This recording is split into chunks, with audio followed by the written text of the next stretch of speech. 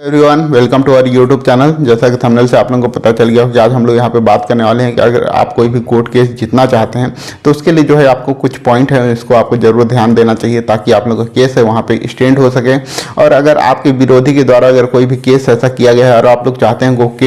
Case जो है हम लोग जीत जाए तो उसके रिगार्डिंग जो है इस चीज़ को अगर उनके द्वारा कुछ गलती किया गया है तो आप उनके केस को वहाँ पे रिजेक्ट करा सकते हैं। तो इसके लिए सुप्रीम कोर्ट ने एक लैंडमार्क जजमेंट में 6 पॉइंट बताए हुए हैं जिसके आधार पे आप लोग चाहें तो उनके केस को रिजेक्ट करा सकते हैं। तो पहला यहाँ पे पॉइंट है कि उनके द्वारा जो है कॉज ऑफ एक्शन को वहाँ पे डिस्क्लोज किया गया हो, यानी उनके द्वारा जो प्लेंट वहाँ पे कोर्ट में सबमिट किया गया है उसमें स्पष्ट रूप से पता होना चाहिए कि कॉज ऑफ एक्शन कब अराइज हुआ, क्यों उनके को यहाँ पे न्यायालय में कोर्ट केस करना पड़ा। तो ये बहुत सारे केसेस में ये होता है कि उनके द्वारा सिर्फ स्टोरी में ये हुआ लिख दिया जाता है बट वहाँ पे कॉज ऑफ एक्शन वहाँ पे किसी प्रकार का वहाँ पे नहीं दिखता है। तो इस तरीके के केस में आप लोग चाहें तो उनमें आप ऑर्डर 7 रूल 11 का वहाँ पे आवेदन मूव करके उनका केस को वहाँ पे रिजेक्ट करा सकते हैं। तीसरा है अगर उनके द्वारा जो है प्रॉपर तौर पे वैल्यूएशन ना किया गया हो, यानी उस प्रॉपर्टी का रेट जो है ज़्यादा हो और उनके द्वारा जो है वैल्यूएशन को कम दिखाया गया हो, तो उस कंडीशन में भी वहाँ पे आप उनका 7/11 का आवेदन लगा के उनके केस को डिसमिस करा सकते हैं। मान लेते हैं कि कोई भी केस में वहाँ पे जो है 15,000 रुपये का वहाँ पे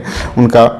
बाजार मूल्य जो है वो वहाँ पे होता है बट उनके द्वारा जो है वहाँ पे कम दिखाया गया है क्योंकि उनको कोर्ट फीस कम लगे इसीलिए। तो इस आधार पे भी उनके द्वारा अगर इस तरीके का किया गया है तो आप ऑर्डर 7 रूल 11 का वहाँ पे आवेदन लगा के आप उनके केस को वहाँ पे डिसमिस करा सकते हैं।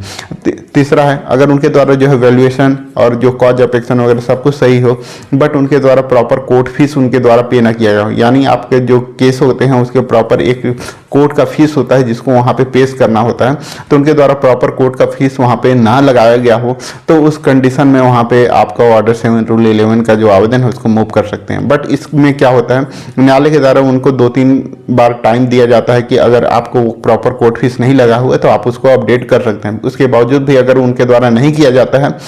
तब आप उनके केस को वहाँ पे डिसमिस करवा सकते हैं ऑर्डर 7 रूल 11 के आवेदन से। चौथा है अगर आपके जो केस है वो उनके द्वारा जो वहाँ पे लगाया गया है वह किसी अन्य जो एक्ट है उसके द्वारा वो प्रतिबंधित हो सकता है, लोकल जो एक्ट है उसके अंतर्गत वो प्रतिबंधित हो या अन्य किसी एक्ट के अंदर अगर प्रतिबंधित हो। मान लेते हैं एग्जांपल के तौर पे नामांतरण का केस है, उसके लिए वहाँ पे रेवेन्यू कोर्ट को वहाँ पे पावर दिया गया है, सिविल कोर्ट को उनके वो नामांतरण का वहाँ पे केस नहीं चल सकता। तो अगर उनके द्वारा नामांतरण के केस के लिए अगर सिविल कोर्ट में गए हैं तो वो वहाँ पर से जो है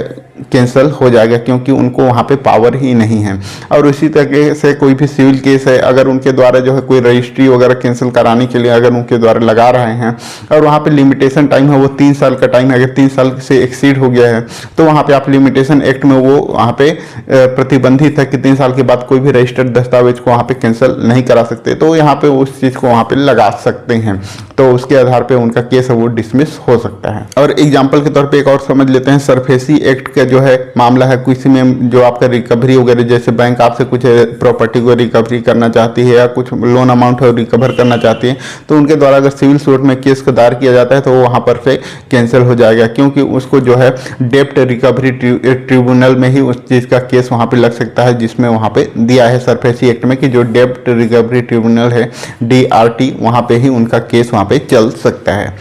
नेक्स्ट है यहाँ पे कोई भी प्लेंट अगर उनके द्वारा जो लगाया गया है उसका 2 कॉपी उनके द्वारा वहाँ पे सबमिट ना किया गया हो तो उस कंडीशन में आपका वहाँ पर केस है वो डिसमिस हो सकता है।